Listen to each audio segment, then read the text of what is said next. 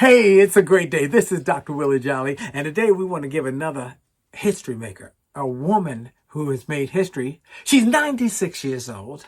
She is not a famous person. Oh, well, let me say she was not a famous person, but now she's an internet sensation. I interviewed her and put her up on social media telling her story, which is incredible. Here's the story, that she has been living in her home for 70 years. When she bought her home, she was the first African American in that area. It's a very exclusive area. And second, back then, they would not sell a home to a single woman.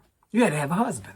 And so she didn't have a husband. So at settlement, the broker said her husband's buying it for her husband-to-be. She's going to marry this guy, and he's buying it for her and wants to put it in her name.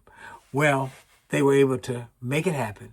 She never did marry anybody. She's been a single woman, no children, 96, beautiful, glamorous, and incredible. You want to watch her interview on my social media. Go to any of my social media platforms and look for Aunt Dolores. It will inspire, it will empower you, and it will change your life. Everybody's watching it. It's viral, and it's incredible.